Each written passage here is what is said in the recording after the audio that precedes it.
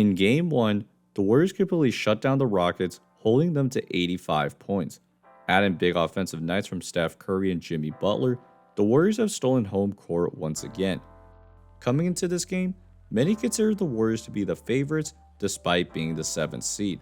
The reason was the immense amount of playoff experience compared to Houston, along with having two great playoff performers. However, the Rockets are probably the worst matchup for the Warriors on paper. They have plenty of defenders that can match up with Curry, and he only scored 3 points in their last meeting.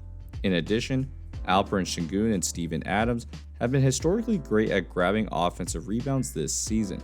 Considering that the Warriors' tallest guy is Jimmy Butler at 6'7", there was a clear path for Houston to win this series.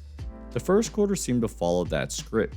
Jalen Green runs pick and roll, and Sengun does the rest. Green, Sengun! Oh no! A few possessions later, the Rockets run that same pick and roll. Draymond blocks Jalen Green's shot, and Sengun gets that offensive rebound and puts it back in. Sengun had gotten off to a fast start by just playing off the Rockets guards. Draymond needs to be in constant help position, and will give Sengun these floaters, but he made him pay early to give the Rockets a quick 8-point lead. After a timeout, it was Steph Curry who got the Warriors defense back on track. The Rockets tried attacking him multiple times in the paint, but he's gotten much stronger and can hold his ground. A few minutes later, Amen Thompson tries attacking him. With help coming, Steph peels off to Adams and forces him baseline, so he's gotta pass it, and that creates a shot clock violation.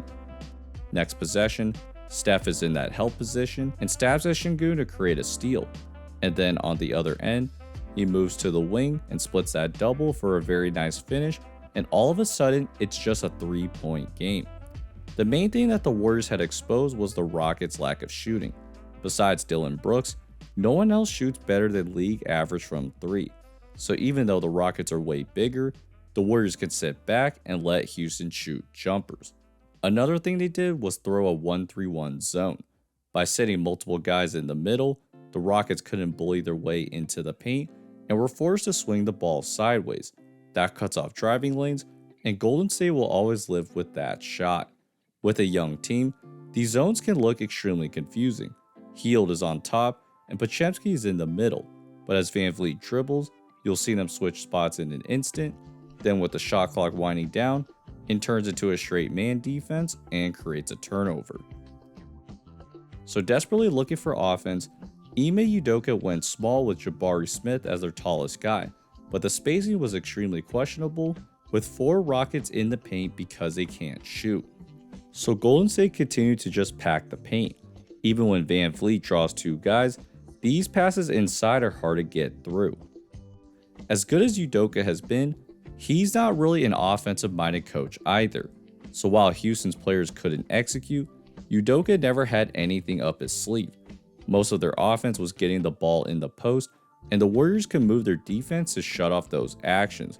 As a result, every possession for the Rockets took an extremely long time, as guys were trying to find any sort of opening. The guy that was supposed to help open up the offense was Jalen Green. He's by far their best shot creator, but had trouble getting clean looks all night, and as the deficit continued to grow, he definitely started to rush some shots.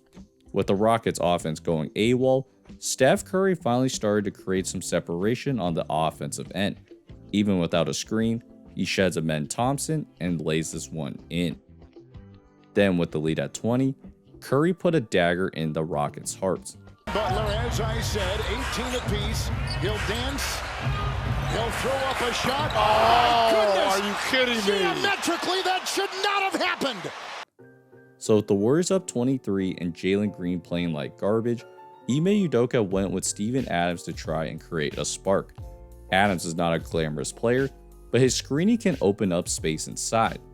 More importantly though, it's his ability to create second chance points that gave the Rockets hope. He has very strong hands, and as they reset, his screen opens up VanVleet's drive to the rim. As Udoka saw that working, he then decided to go mega big with 4 guys on the floor at least 6'8" or taller. That meant even more missed shots, but also more offensive rebounds. Even with Looney on the floor, Houston's size just overwhelmed the paint. That finally opened up some driving lanes, and all of a sudden, the lead was down to 9. To start the fourth, Steve Kerr tried matching the Rockets' size with Quinton Post, but he's another guy that the Rockets can attack in the paint.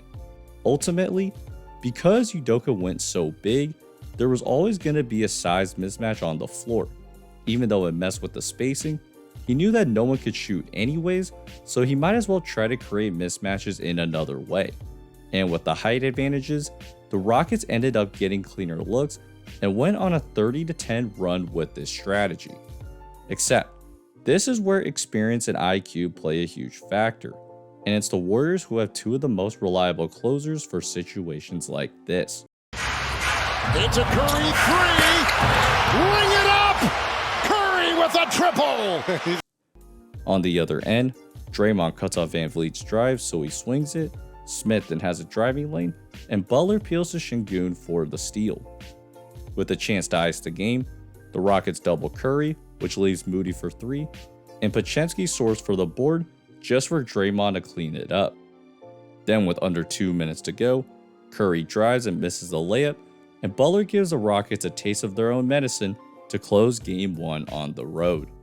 In an absolute dogfight, it was the Warriors' great game plan along with some timely shooting from their star duo that has given them an edge in this series. For the Rockets to get back in this series, Ime Udoka will probably need to lean into that mega big lineup with Adams, Şengün, and Jabari Smith, all who had played pretty well in this game. He also may need to stagger Jalen Green and Fred VanVleet's minutes, as both took turns trying to solve the real estate crisis.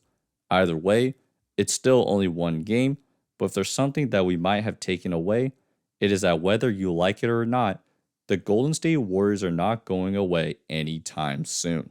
So, hope you guys enjoyed this video. If so, please like and subscribe. You can support me on these platforms. Appreciate the support, and I'll see you guys next time. Peace.